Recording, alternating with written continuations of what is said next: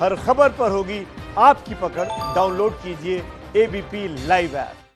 देखिए, कल पाकिस्तान की साजिश का ट्रक हिंदुस्तान ने हवा में टांग दिया और अभी 10 बजे एबीपी न्यूज ने खुलासा किया कि पाकिस्तानी रेंजर्स के हेडक्वार्टर्स वाले शकरगढ़ से भारत में ये चारों पाकिस्तानी आतंकी जो दाखिल हुए थे।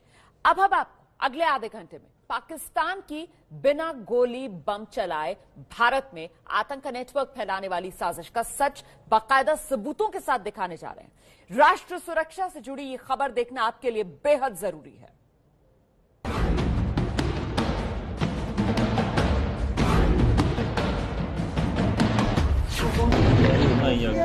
तारीख 19 नवंबर, जगह नगरोटा जम्मू और सुबह 6 धमाकों में 3 घंटे के भीतर 4 आतंकवादी ढेर कर दिए गए।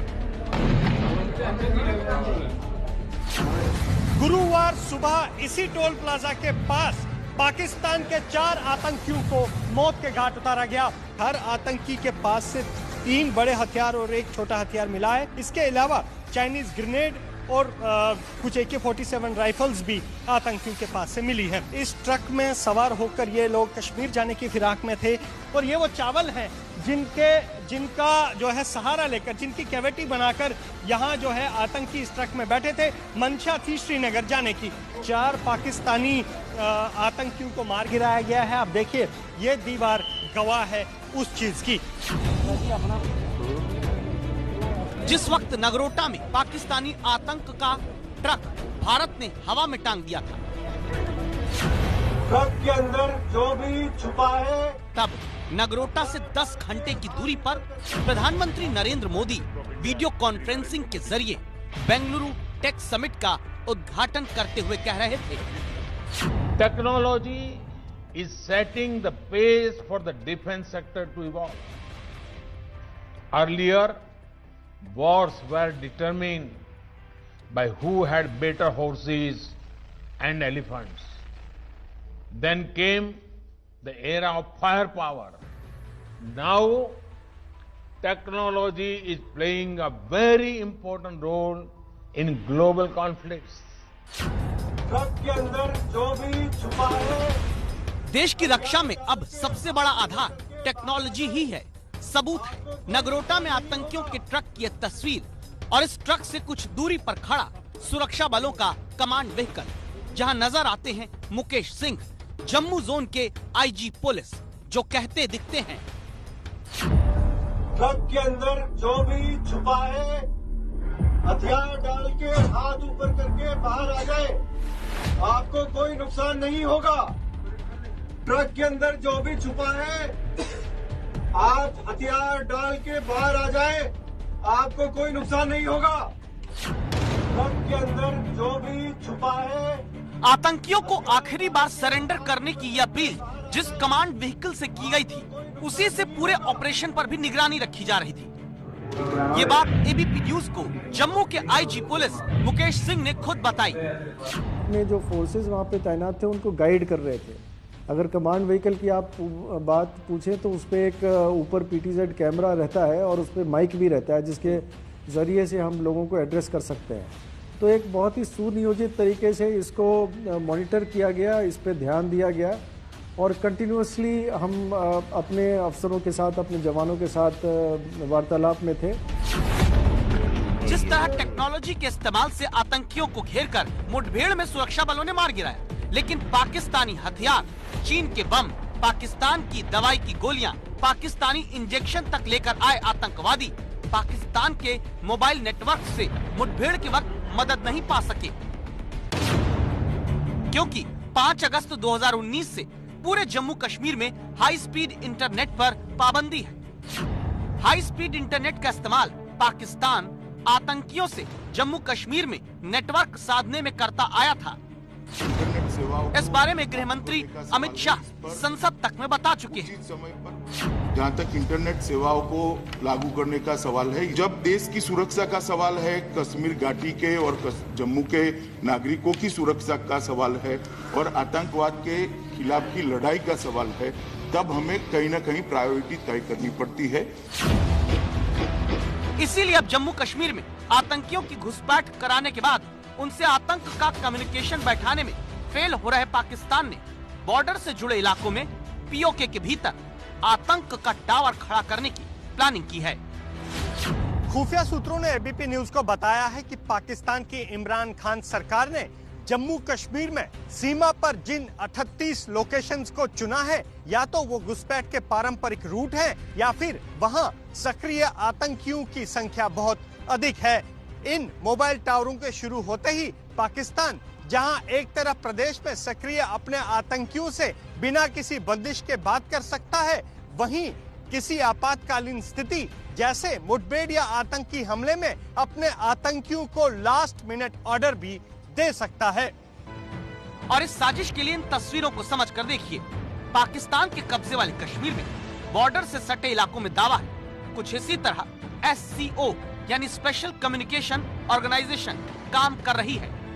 SCO पाकिस्तान की दूर संचार कंपनी है जो बॉर्डर के पास ऐसी जगहों पर मोबाइल टावर लगा रही है जिसका इस्तेमाल इंटरनेट पाबंदी वाले जम्मू कश्मीर में आतंकवादी पाकिस्तान के लिए कर सके।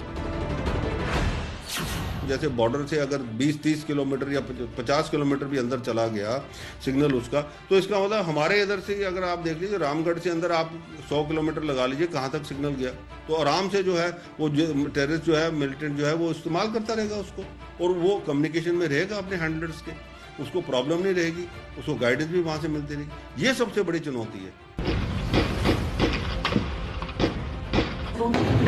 तो क्या उसी पाकिस्तानी गोलाबारी की आड़ में नगरोटा में ढेर हो चुके जैश के चारों आतंकी भी दाखिल हुए थे और फिर बॉर्डर के पास पाकिस्तानी मोबाइल टावर की नेटवर्क की मदद ली थी?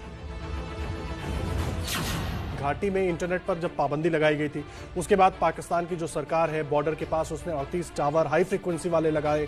ऐसे टावर आतंकियों के लिए तब कैसे काम करते हैं जब आप लोग एनकाउंटर करते हैं या उनको ट्रेस कर रहे होते हैं, उनको कैसे ये टावर मदद करते हैं?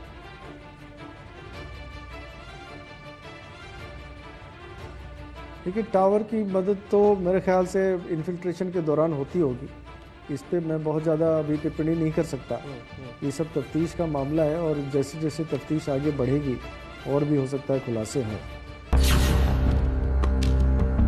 सुरक्षा बलों को और सुरक्षा एजेंसियों को इस बात की जांच करना बहुत जरूरी इसलिए है क्योंकि संवाददाता अजय बाचलू ने इस इन्वेस्टिगेशन के दौरान खुद पाया कि पाकिस्तान से सटी भारतीय सीमा के पास भारत के इलाके में पाकिस्तानी मोबाइल कंपनियों का नेटवर्क काम कर रहा है। देखिए इस मोबाइल को जो भारतीय सीमा में है, लेकिन इस पर यू फोन का नेटवर्क आ रहा है जो पाकिस्तानी सेल्यूलर सर्विस प्रोवाइडर है। भारतीय सीमा के भीतर मोबाइल पर जैज नाम की पाकिस्तानी मोबाइल नेटवर्क और इंटरनेट सर्विस प्रोवाइडर का नेटवर्क भी दिखता है। जोग नाम की चाइनीज कंपनी का भी नेटवर्क भारत में सीमा के पास दिखता है जो पाकिस्तान में मोबाइल डेटा नेटवर्क ऑपरेटर है। अंतर्राष्ट्रीय सीमा से सटे आरएसपुरा इलाके में जहां पर हमने अपना फोन मैनुअल सर्चिंग पर डाल रखा है, यहां पर अगर बात की जाए तो भारत की तरफ से सिर्फ सेल1, आइडिया और एयरटेल कंपनियों के सिग्नल ही यहां पहुंच पा रहे हैं, जबकि अगर पाकिस्तानी कंपनियों की बात करें तो यहां पर जैज, यूफोन, जोंग इस तरह की कंपनियों, टेलीनॉर इस तरह की कंपनियों के सिग्नल यहां पहुंच रहे हैं। मतलब कि भारत की सिर्फ 3 मोबाइल कंपनियां यहां सिग्नल दे रही हैं, जबकि पाकिस्तान की अगर बात करें तो 4 से 5 मोबाइल कंपनियां यहां पर सिग्नल अपना पेनिट्रेट कर रही हैं। इंडिया का कम ही आता है और पाकिस्तान के 3, 4, 5 टावर भी आ जाते हैं, अपने 2-3 ही आते हैं। अब सीमा के पास क्यों पाकिस्तानी मोबाइल कंपनियों के टावर चुन चुन कर लगाने की साजिश रची जा रही है, ये समझने के लिए आपको हम 2 साल पहले की तस्वीर दिखाते हैं।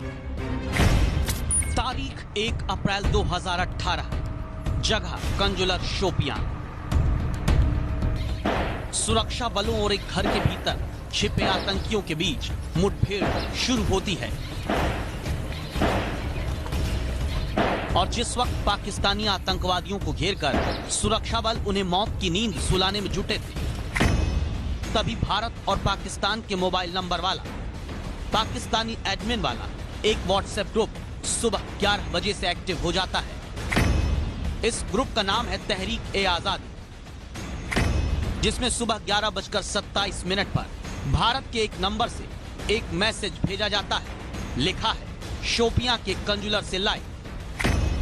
और फिर 11:32 पर जिस वक्त शोपिया में मुठभेड़ 1 अप्रैल को चल रही थी, 4 ऑडियो क्लिप इस ग्रुप में भेजी जाती हैं।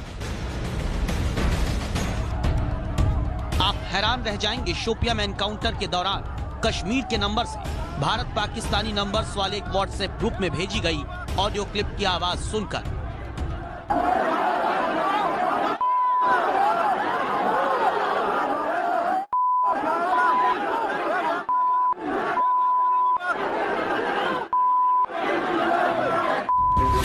जैसे पहले घाटी में इंटरनेट पर पाबंदी न होने पर मुठभेड़ के दौरान सुरक्षा बलों पर ही पत्थर फेंकने वाले पत्थरबाजों को पाकिस्तान ही व्हाट्सएप के जरिए संदेश भेजकर पहुंचवाता था। मुठभेड़ में सुरक्षा बलों की छिपी हुई पोजीशन का संदेश व्हाट्सएप ग्रुप के जरिए पाकिस्तान पाता था। लेकिन आर्टिकल 370 हटाने के बाद से जम्मू कश्मीर में हाई स्पीड इंटरनेट पर पाबंदी लगी तो घुसपैठ में आतंकियों की मदद करने और एनकाउंटर में मदद पहुंचाने में पाकिस्तान फेल होने लगा और इसीलिए उसने पाकिस्तान के कब्जे वाले कश्मीर में चुनिंदा जगहों पर अपने मोबाइल टावर लगाने की प्लानिंग की। खुफिया एजेंसियों का दावा कि एससीओ ने जम्मू कश्मीर के अंदरूनी इलाके में मोबाइल सिग्नल पहुंचाने के मकसद से सीमा पर 17 जगहों पर मौजूद जीएसएम टावरों की मरम्मत का सुझाव दिया है। इसके साथ ही एससीओ ने सीमा पर मौजूद 30 टावरों का उपयोग कर इस काम के लिए इस्तेमाल करने का भी प्रस्ताव भेजा है। अब सवाल उठता है कि क्या ऐसे मोबाइल नेटवर्क के टावर कोई देश ऐसे सीमा के पास लगा सकता है जिसके नेटवर्क की तरंगे दूसरे देश में काम करें और आतंक फैलाने के काम आए, और इन्हें रोकने के लिए क्या करना चाहिए? पर इंटरनेशनल लॉ जो है ना, आप कोई भी देश जो मोबाइल टावर है उसका सिग्नल जो है दूसरे देश के अंदर नहीं जाना चाहिए। This is international law. अब ये लॉ उन लोगों के लिए होता है जो लॉ फॉलो करें। पाकिस्तान और चाइना दोनों ही, आपको पता है, ये लॉ कोई फॉलो नहीं करते। अब हिंदुस्तान को करना क्या चाहिए? एक तो या तो जैमिंग अपने डिवाइस से लगाएं, टावर से लगाएं, और लगाने पड़ेंगे, क्योंकि अगर पाकिस्तान बाज नहीं आएगा तो आपको करना पड़ेगा ये।